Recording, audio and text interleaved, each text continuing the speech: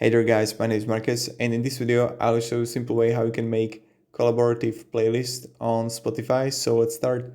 The first thing you want to do is when you're gonna be in Spotify, you just wanna simply click on whatever playlist you got, go to the right top corner, and here you're gonna see make collaborative. Now you get it marked playlist as a collaborative. So what this means is that other people can actually add songs to your playlist.